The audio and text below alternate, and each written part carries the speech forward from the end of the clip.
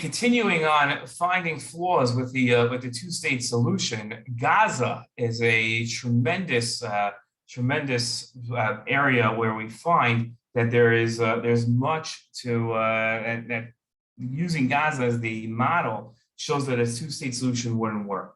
In 2005, Israel unilaterally, meaning not part of a deal with the Palestinians, pulled out of Gaza, pulled every single Israeli citizen out of Gaza and every single Israeli soldier. Since 2005, there are no Israeli soldiers stationed or no Israeli civilians living in Gaza. Israelis were told by their own leaders, by Ariel Sharon, that the pullout from Gaza would enhance their security. They had been told that given their own independence, without Israeli interference and presence in their daily lives, Palestinians would stop all attacks on Israelis from Gaza. But then Israelis watched as the Palestinian Authority quickly lost control of Gaza to Hamas. The Palestinian Authority showed it couldn't stop Hamas from attacking Israel or even from attacking the Palestinian Authority themselves. Hamas was taking Palestinian Authority officials and shooting them in the knees and throwing them off the roofs of their homes. In less than 5 days, Hamas had taken over all of Gaza.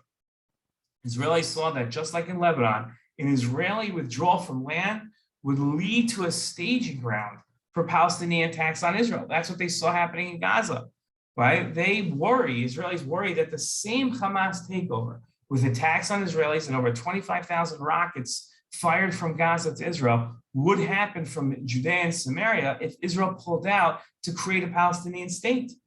Now that's the Israeli fear. What they look at Gaza and say the two-state solution will never work. They point to Gaza and look what happened. But Palestinians also look at Gaza and say the two-state solution won't work. Why?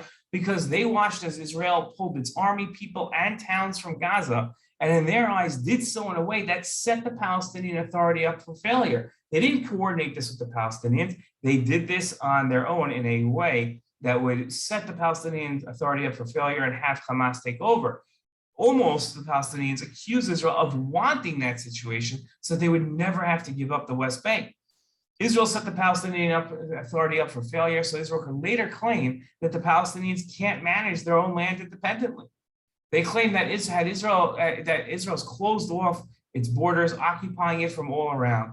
They worry that if Israel ever pulled out of the disputed territory, what we call Judea and Samaria, they call the West Bank, it would create this same open-air prism and in the new Palestinian state.